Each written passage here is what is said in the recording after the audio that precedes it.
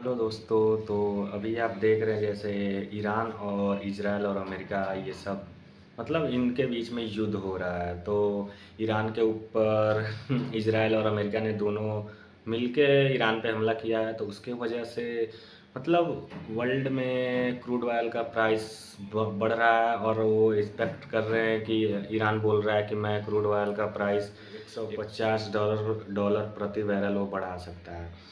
तो इस हिसाब से वो जैसे ईरान है वो स्ट्रेट ऑफ हॉर्मोज को बंद कर दिया है।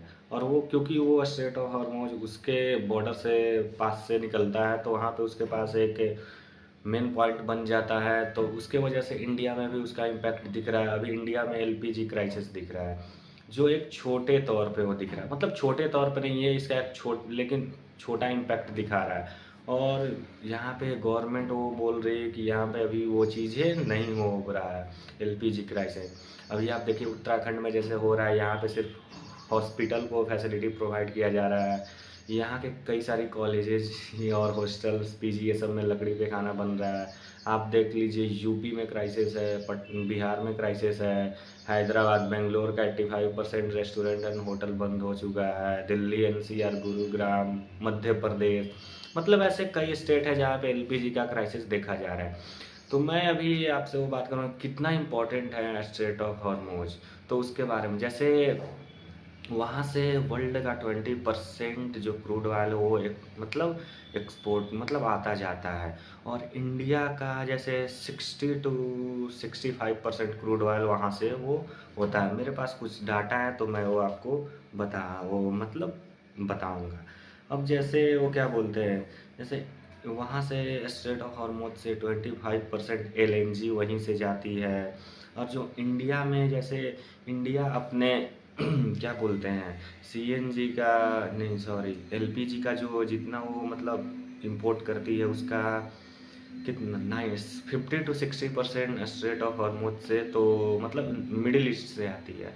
और उसमें से भी 90% अगर 50-60% का वो देखे तो उसका 90% स्ट्रेट ऑफ हॉर्मोज यानी मिडिल ईस्ट ये सब से आती है।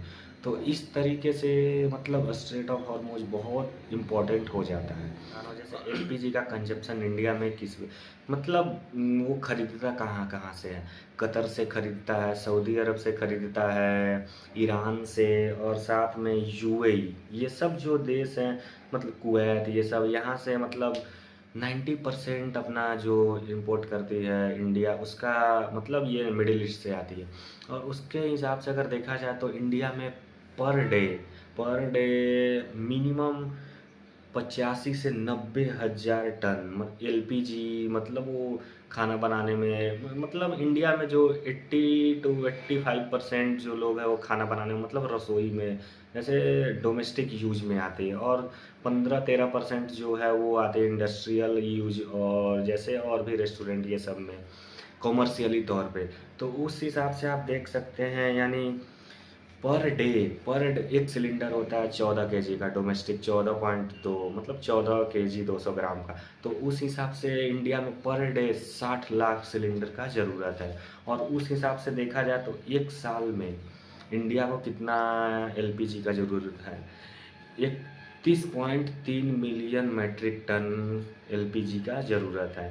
और जो इसमें मैंने अभी बताया था कि ज़्यादातर डोमेस्टिक यूज होते हैं। और जैसे इस जो अभी वॉर हो रहा है तो उसका जैसे हमारे प्रधानमंत्री मतलब खुल के तो कुछ बोल नहीं रहे हो, पता नहीं मतलब कितना बेवकूफ़ कोई प्राइम मिनिस्टर हो सकता है कि अपने देश के लिए वह स्टैंड नहीं ले रहा।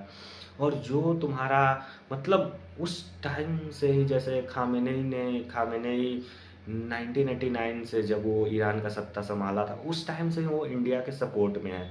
और जैसे उस टाइम देखा था 1994 में जब यूएनओ में मानवाधिकार के लिए जो पाकिस्तान ने वो किया था मतलब वोटिंग करवा रहा था तो उस टाइम में भी ईरान ने वो मतलब क्लियर स्टैंड लिया था। वो बोला था कि वो इंडिया का इंटरनल मैटर है।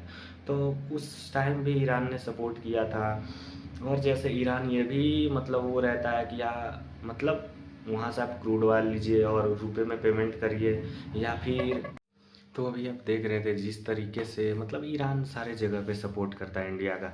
और हमारे प्राइम मिनिस्टर ने क्या किया, इज़राइल में जाके बोल रहे हैं इज़राइल इज़ फादरलैंड। मतलब किस तरीके से बेहुदा तरीके से वो बात कर रहे हैं, खी कर रहे हैं, उनकी वाइफ से मिल रहे हैं, द सैफ्रॉन कलर लो, मतलब कुछ बोलने ढंग से आता नहीं है, और वो जाके उस और उसके ऊपर से जिनके साथ हमारा रिलेशन अच्छा है उस पे वो जाके बिगाड़ देते हैं और वो ख़राब कर दे रहे हैं। और पता नहीं वो अमेरिका और इज़राइल का रखैल बन गए, अब क्या है एप्सिन फाइल में उनका नाम क्या है। मतलब जिस तरीके से उन्होंने मतलब देश को बर्बाद कर दिया है। और अभी जैसे ये अमेरिका ने जो बम गिराया था स्कूली बच्चों के ऊपर से, उस पे भी हमारे प्राइम मिनिस्टर का कोई रिएक्शन नहीं आया था। वो आया है शायद लगता है पिछले 1-2 दिन में कुछ रिएक्शन आया है। लेकिन मतलब किस तरीके से वो मतलब रिएक्ट कर रहे हैं जैसे हमारा ईरान अलाय नहीं है। अरे भाई आप नहीं समझ रहे हैं, सिर्फ़ आपका जो क्रूड ऑयल, पेट्रोलियम हो, आप कितना वो रसिया से भी आपने रिलेशन ख़राब कर चुके हैं।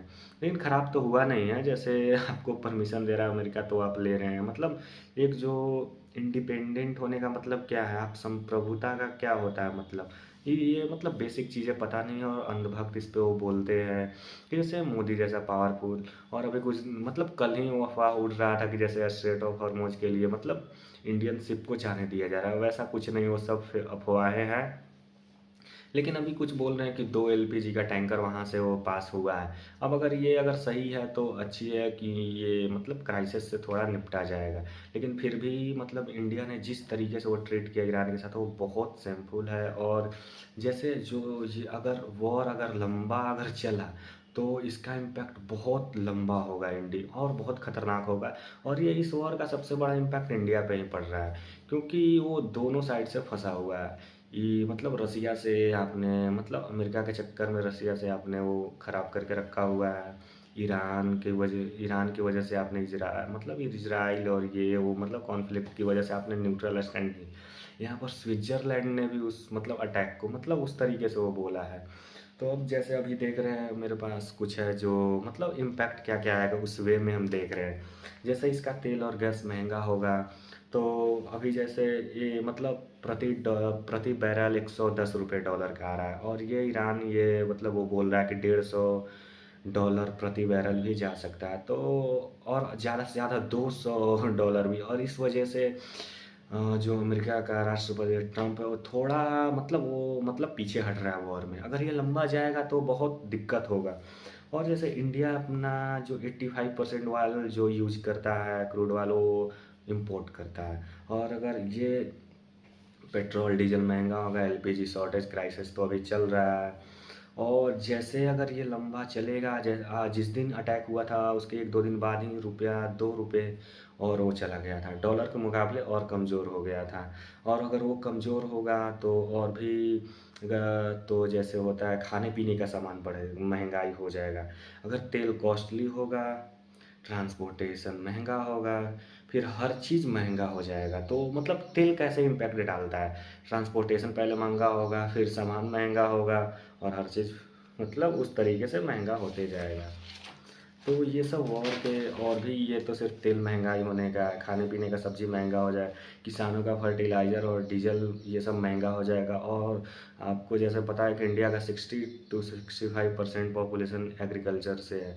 और पता नहीं है गवर्नमेंट क्या सोच के मतलब वो इजराइल का, अरे पता है वो आपका अलाई है लेकिन आप न्यूट्रल रहिए, क्योंकि 60 to 65% पॉपुलेशन एग्रीकल्चर, लेकिन कम्प्लीटली डिपेंडेंट मतलब ये नहीं बोल रहा हूँ मैं कि मिडिल ईस्ट पे ही है।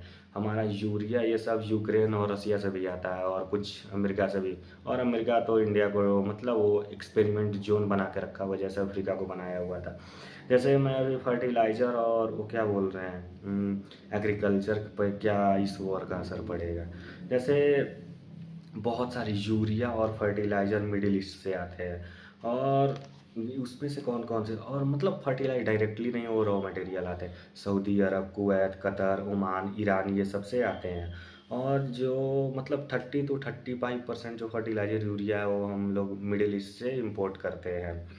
और ये सब जो कंट्री है और वो जो आता है सामान वो स्ट्रेट ऑफ हॉर्मुज से ही आता है। और अगर जैसे ही अगर ये और लंबा टिका तो भारत के जीडीपी ग्रोथ का 0.2% से लेके 0.2 0.50% मतलब ग्रोथ रेट नीचे आ जाएगा। तो सोच सकते हैं एक वॉर की वजह से इंडिया इसमें इन्वॉल्व नहीं है, उसके वजह से इंडिया का ग्रोथ रेट जो जीडीपी का वो भी कम हो रहा है। तो इंडिया को अपना स्टैंड लेना चाहिए क्या कि आप न्यूट्रल रहिए क्योंकि आपका ज़्यादा उससे फ़ायदा है। आप पपेट की तरह नहीं बन के रहिए। और जैसे कौन-कौन से जो रॉ मटेरियल हैं उसके लिए कौन-कौन से आते हैं, urea, DAP, ammonia, phosphoric acid, ये सब मतलब वो सब आते हैं। और ये भी है कि जिस तरीके से इंडिया ने अपना कोई स्टैंड क्लियर नहीं किया है और बहुत सारे मिडिल ईस्ट से अपना रिलेशन भी ख़राब कर चुका है और वो पता नहीं क्या करेगा मोदी आज के टाइम में। और अभी एक न्यूज़ तो आ ही रहा था कि जैसे अब 1 जीबी अगर आप डाटा यूज़ करिएगा तो ₹1 का टैक्स लगेगा। अगर ये न्यूज़ सही है तो आप देखिए क्या है क्या नहीं।